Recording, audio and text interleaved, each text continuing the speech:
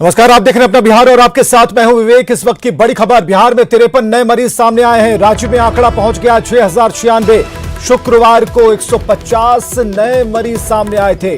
और शुक्रवार की बात करें तो कोरोना से एक की मौत हुई थी। मरने वालों का जो आंकड़ा है अब 35 पहुंच गया है। तो बिहार में नए 53 मरीज सामने आए हैं।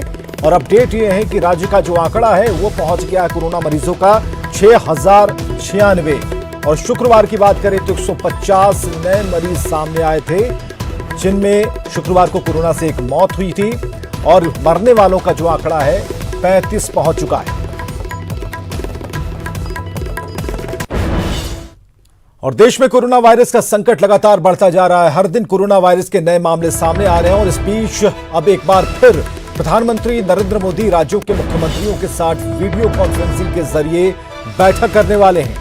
देश में बढ़ रहे कोरोना वायरस के संक्रमण को लेकर पीएम मोदी 2 दिन अलग अलग राज्य के मुख्यमंत्रियों के साथ बैठक करेंगे।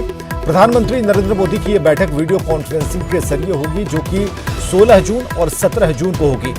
दोनों ही दिन पीएम मोदी के राज्यों के साथ वीडियो कॉन्फ्रेंसिंग दोपहर के 3 बजे से शुरू होगी। 16 जून को प्रधानमंत्री नरेंद्र मोदी ऐसे राज्यों के साथ वीडियो कॉन्फ्रेंसिंग करेंगे जहां कोरोना की रफ्तार धीमी है। इनमें पंजाब, असम, केरल, उत्तराखंड जैसे राज्य शामिल हैं। 17 जून को प्रधानमंत्री नरेंद्र मोदी उन राज्यों के मुख्यमंत्री के साथ बैठक करेंगे जिन राज्यों में कोरोना की रफ्तार ज्यादा है। 17 जून को पीएम मोदी महाराष्ट्र, तमिलनाडु, दिल्ली, गुजरात, राजस्थान समेत अन्य राज्यों के मुख्यमंत्रियों से बात करेंगे।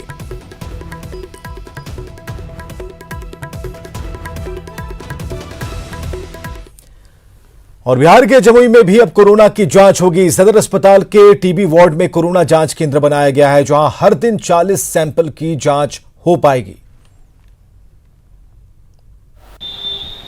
कोरोना जांच में तेजी लाने के लिए सरकार द्वारा जमुई सदर अस्पताल में भी कोरोना टेस्ट लैब का लगाया गया है। और मैं अभी खड़ा हूं जमुई सदर अस्पताल के जो टीबी वार्ड है, वहां पर देख सकते हैं कि कोरोना संक्रमण जांच केंद्र ट्रू नेट लैब का व्यवस्था किया गया है, यहाँ पर लगाया गया है। अभी तक जितना भी यहाँ से सैंपल जाता था कोरोना के लिए वो पटना जाता था, जिसका जांच रिपोर्ट आने में 3 से 4 दिन की देरी लगती थी। वैसे में लोगों में परेशानी रहती थी कि हमारा टेस्ट का रिपोर्ट कैसा आएगा, नहीं आएगा। और उसका निदान के लिए सरकार के द्वारा ये उपाय किया गया है कि तमाम जिले में जैसा कि जांच कोरोना जांच कराने की बात हुई है, उसी तरह से ये ट्रूनेट लैब की व्यवस्था की गई है। यहाँ पर एक बायोसेफ्टी ये भी कैबिनेट भी रखा गया है, ताकि यहाँ से किसी प्रकार का संक्रमण न हो। जांच करने के लिए जो है एम्स में भेजते थे, उसमें समय लगता था। अब इस ट्रूनेट मशीन में जो हम जांच करेंगे तो निगेटिव जो आएगा वो निगेटिव को हम लोग यहीं पर अथी कर देंगे कि उसको क्लियर डिक्लेयर कर देंगे कि आपका जो है कोरोना मरीज आप नहीं है, आप में नहीं संक्रमण है। और जो पॉजिटिव आएगा उसको कंफर्म करने के लिए पीसीआर टेस्ट करने के लिए हमको पटना हम भेजेंगे। जैसा कि सिविल सर्जन का कहना है कि वैसे लोग जिनका रिपोर्ट निगेटिव आएगा और वो लगातार कई दिनों तक असमंजस की स्थिति बनी रहती थी कि उनका रिपोर्ट कैसा होगा, उनको राहत मिलेगी। साथ ही जो यहाँ पर ज़िले में जो पेंडिंग रिपोर्ट होते थे, आने में देरी होती, उसको में तेज़ी आएगी, जिससे लोगों में असमंजस की स्थिति दूर होगी। साथ में यहाँ के लोगों को परेशानी से भी बचना पड़ेगा। केसी कुंदन, न्यूज़ 18 जमुई। उधर मुजफ्फरपुर में मेडिकल स्टाफ 15 जून से 14 दिनों के लिए होम क्वारंटीन में जाएंगे। वेतन विसंगति और कम वेतन मिलने से नाराज एएनएम और फार्मासिस्ट ने सरकार के दोहरी नीति के विरोध में फैसला लिया है। विरोध कर रहे स्वास्थ्यकर्मी राष्ट्रीय बाल स्वास्थ्य कार्यक्रम के तहत साल 2015 में नियोजित किए गए थे। पूरे बिहार में इनकी संख्या करीब 1000 है। कोरोना की वजह से इनके क्वारंटीन हो जाने से स्वास्थ्य सेवा चरमरा भी सकती है। पेट्रोलने की कोशिश करते हैं, क्यों आप लोग होम क्वारंटाइन जाना चाहते हैं? हम लोगों की मानदेय विसंगति का मामला है। 2015 में हम लोगों की बहाली हुई और इसमें आयुष चिकित्सक, फार्मासिस्ट और एएनएम की बहाली हुई।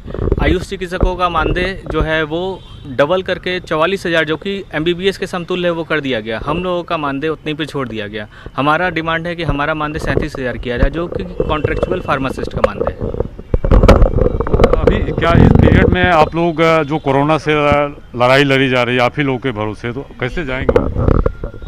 जाऊंगी क्योंकि भुखमरी का सवाल है ना, हमारे परिवार का सवाल है। हमारे लिए नीतीश सरकार कुछ नहीं कर रहे हैं। एक ही विज्ञापन के अंतर्गत हम लोगों की बहाली हुई, एक साथ एग्जाम हुआ, फिर भी उन लोगों का ये आयुष चिकित्सक लोग का पेमेंट बढ़ा दिया गया, 44,000 कर दिया गया। फार्मासिस्ट और ANM लोगों को वैसे का वैसे छोड़ दिया गया है 11,000 और 12,000 पर। तो सभी आदमी मतलब बाढ़ में हुआ, महामारी में हुआ, फिर मतलब श्रावणी मेला हुआ, या जो भी सरकार के द्वारा किया जाता है उस सब में हम समान रूप से हम लोग काम करते हैं। सरकार से यही कहना चाहते हैं कि हम लोग पर भी थोड़ा ध्यान दिया जाए। लालू फैमिली के बेनामी संपत्ति के मालिक तरुण यादव की खोज हो चुकी है। खुद लालू परिवार की तरफ से साफ किया गया है कि तरुण तेजस्वी यादव हैं। मंत्री नीरज कुमार अपने आरोपों पर डटे हैं कि जायदाद का फर्जीवाड़ा हुआ और ऐसे में चुनावी साल में बिहार की सियासत एक बार फिर गर्म हो चली है।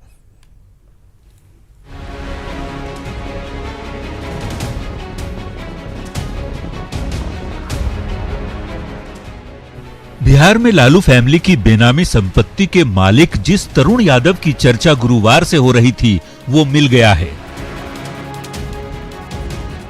तरुण कोई और नहीं बल्कि तेजस्वी यादव ही हैं।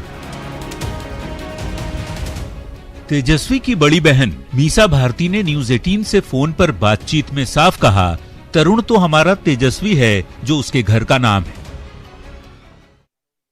पटना की सड़कों पे इन लोगों ने हमारी प्रॉपर्टी का बैनर लगाया। अरे क्या दिखा रहे हो? घर के लोग और जो करीबी लोग हैं वो सिर्फ तरुण और टुट्टू के नाम से उसको जानते हैं, बाकी लोग उसको तेजस्वी प्रसाद के नाम से जानते हैं। तेजस्वी ही तरुण यादव, बिल्कुल तेजस्वी ही तरुण यादव, सॉरी तरुण यादव ही तेजस्वी है। मीसा के बयान के बाद आपको आज से 18 साल पहले फ्लैशबैक में लिए चलते हैं। Hi, I'm Tarun. I'm studying in class 7. Hi, I'm Tarun. I'm studying in class 7. Hi Tarun, very nice to meet you. मंत्री नीरज कुमार के आरोपों के 24 घंटे बाद तेजस्वी रांची में मीडिया के सामने आए। कहा, नीतीश जी को सब कुछ पता है, वो जानते हैं कौन तेजस्वी है और कौन तरुण। जैसे एक छोटा सवाल कि क्या आपके बचपन का नाम तरुण कुमार यादव है?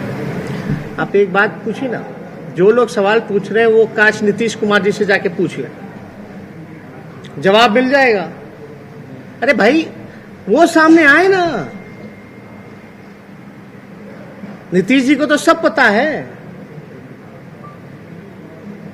नीतीश जी आए और पूछे, बताएं किसी और के कंधे से बंदूक क्यों चलाना, और कौन क्या है नहीं है, अब हम लोगों को बार बार क्लैरिफाई करना पड़ेगा। इधर नीरज अपने आरोपों पर डटे हैं। नाम के फर्जीवाड़े में संपत्ति छिपाने का आरोप लगा रहे हैं और जमीन के कागजात भी दिखा रहे हैं। कहाँ हलफनामा? जब जमीन का अपने अद्यतन रिकॉर्ड ही नहीं बनवाया, कहाँ हलफनामा? एफिडेविट कहाँ है वो? भाई ये रजिस्ट्री ऑफिस का दस्तावेज है, ये दस्तावेज है, इसमें लिखा हुआ है तेज प्रताप यादव, तरुण कुमार यादव, फादर्स नेम यही लिखा हुआ है, तो ये कहाँ दस्तावेज?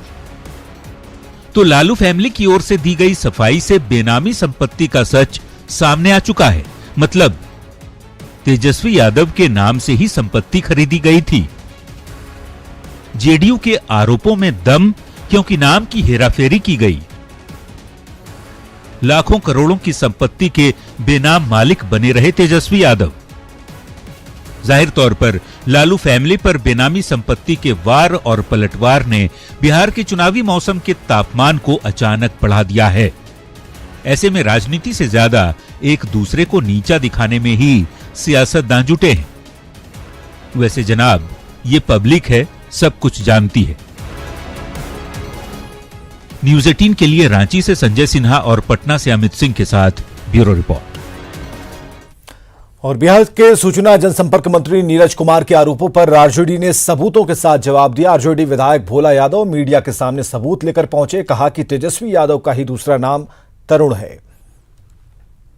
सारे जगहों पर जिन संपत्ति का इन्होंने जिक्र किया है और उसमें साफ लिखा हुआ है तेजस्वी यादव एलियस तरुण कुमार यादव, और इसका ऑलरेडी इनकम टैक्स डिपार्टमेंट में 1996 में एलियस का एफिडेविट भी दिया हुआ है और उसके बावजूद उनके मंत्री इस तरह का बयान देते हैं।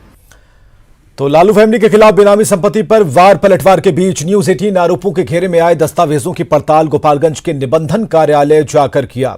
डॉक्यूमेंट्स की सच्चाई की पुष्टि खुद रजिस्ट्रार ने की और बताया कि 1993 में तेज प्रताप यादव के साथ तरुण यादव के नाम से जमीन की रजिस्ट्री कराई गई थी, जो बिल्कुल सही है।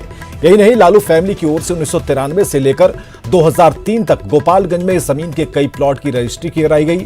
हालांकि सवाल जब तेज प्रताप और तेजस्वी की उम्र को लेकर किए गए तो रजिस्ट्रार ने बताया कि तब जमीन की रजिस्ट्री का काम कंप्यूटर से नहीं होता था, लिहाजा नाम और उम्र के लिए कागजातों की डिमांड भी तब नहीं होती थी। कि कोई व्यक्ति बालिग है या नाबालिग है, इसकी जानकारी उस दस्तावेज में दर्ज उनकी उम्र से ही लगाया जा सकता है। और कंप्यूटराइजेशन निबंधन कार्यालयों में शुरू करने के पूर्व इस बात को कि उम्र दर्ज की जाए कि नहीं दस्तावेज में, इसकी अनिवार्यता नहीं थी। लेकिन जब से सिस्टम लग गया है तब से उम्र लिखना पक्षकार की उपस्थिति अनिवार्य हो गई है।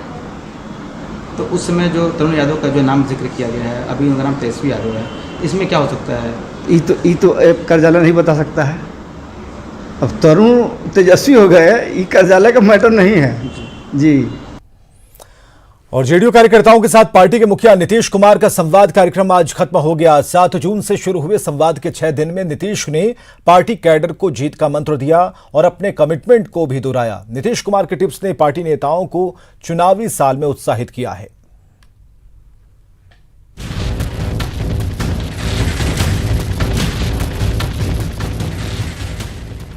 बिहार में विधानसभा चुनाव सर पर है, सो सरकार के मुखिया भी एक्शन मोड में है। जेडीयू कार्यकर्ताओं से लगातार वीडियो कॉन्फ्रेंसिंग से संवाद कर उन्हें चुनावी जीत के टिप्स दे रहे हैं और फोकस विकास के मुद्दे को बना रहे हैं। वैसे संवाद कार्यक्रम का आज छठा और अंतिम दिन था, लेकिन संदेश साफ था कि सरकार के विकास कार्यों को जन जन तक पहुंचाएं।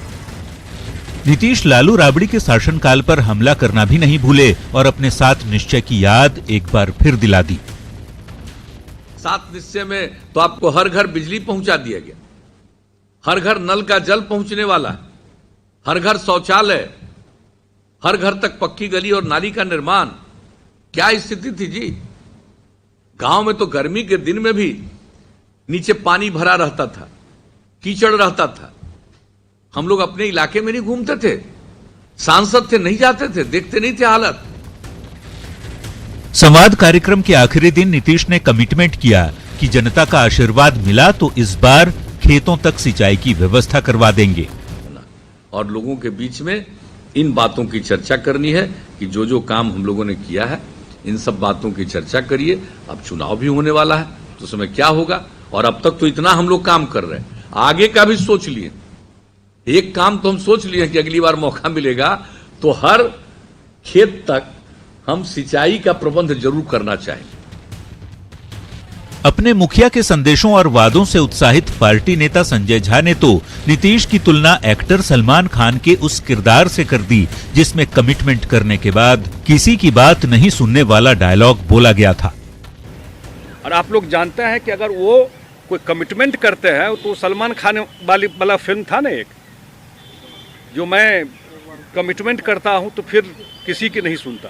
तो वही बात है, कमिटमेंट अगर उन्होंने कर दिया, अगर उन्होंने कमिटमेंट किया कि हम बिजली पहुंचा देंगे तो पहुंचा दिया, कमिटमेंट कर दिया कि हम रोड बना देंगे तो बना दिया।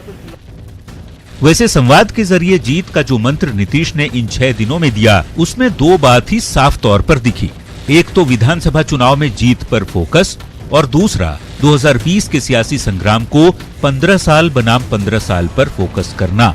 न्यूज 18 के लिए पटना से अमित कुमार की रिपोर्ट। कोरोना संक्रमण से बचाव को लेकर मास्क लगाना बेहद जरूरी है और ऐसे में मास्क के बहाने एनडीए के घटक दल वोटरों तक पहुंच रहे हैं और लोगों के बीच मास्क का वितरण कर रहे हैं। वहीं विपक्ष इसे लेकर तंज कस रहा है। देखते हैं रिपोर्ट। कोरोना संकट के बीच इस साल होने वाले विधानसभा चुनाव की तैयारियां अभी से ही शुरू हो गई हैं। वर्चुअल रैली के जरिए सभी पार्टियों ने चुनाव प्रचार का मन बना लिया है। ऐसे में वोटरों तक पहुंचने के लिए एनडीए के घटक दल बीजेपी और एलजेपी सिंबल लगे मास्क को बांटने में जुट गई है। जिस जरूरतमंद को मास्क लेने में खरीदने में कठिनाई है उसको हम लोग मास्क देने का काम कर रहे हैं। 15 से 20 हजार मास्क हम लोग बांट चुके हैं और टारगेट कुछ नहीं है, जितना मास्क लगेगा 50 हजार भी लगेगा तो हम लोग 50 हजार बांटेंगे, 1 लाख लगेगा तो 1 लाख बांटेंगे। कोरोना काल में वोटरों के बीच बीजेपी के मास्क वितरण को देखते हुए घटक दल एलजेपी भी उन्हीं की राह पर चल पड़ी है। घर घर मास्क पहुंचाने की इस पहल को एलजेपी सामाजिक सहायता और चुनावी शंखनाद मान रही है। एलजेपी ने भी 10,000 मास्क बनाने का ऑर्डर दिया है। हर घर में जिस तरह से हमारा मास्क पहुंच जाए, हमारा सिंबल पहुंच जाए, इस हिसाब से कि बीमारी के समय में भी एक तरह से सामाजिक सहायता भी हुआ और हमारा जो है सो चुनावी शंखनाद भी यह होगा। वहीं बीजेपी और एलजेपी के मास्क बांटे जाने पर कांग्रेस ने तंज कसते हुए इसे अनैतिक बताया। साथ ही लोगों की भावनाओं के साथ खिलवाड़ किए जाने की भी बात कही। लोगों को मास्क बांट करके और उसमें चुनाव चिन्ह सहित चुनाव चिन्ह दे करके यह तो सबसे बड़ा घृणित काम हो रहा है, सबसे बड़ा अनैतिक काम हो रहा है। चुनावी गतिविधियों के साथ ही आरोप प्रत्यारोप का दौर शुरू हो गया है। ऐसे में सिंबल लगा मास्क बांटे जाने पर विपक्ष को कोरोना काल में एक नया मुद्दा मिल गया है। न्यूज़ 18 के लिए सहरसा से अनुभव की रिपोर्ट।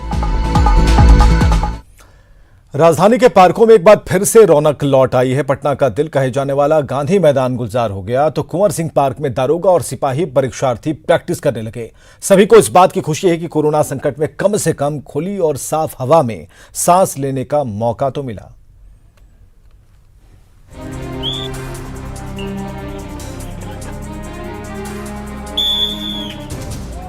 लंबे समय बाद गांधी मैदान खुला तो खासी संख्या में लोग टहलने पहुंचे।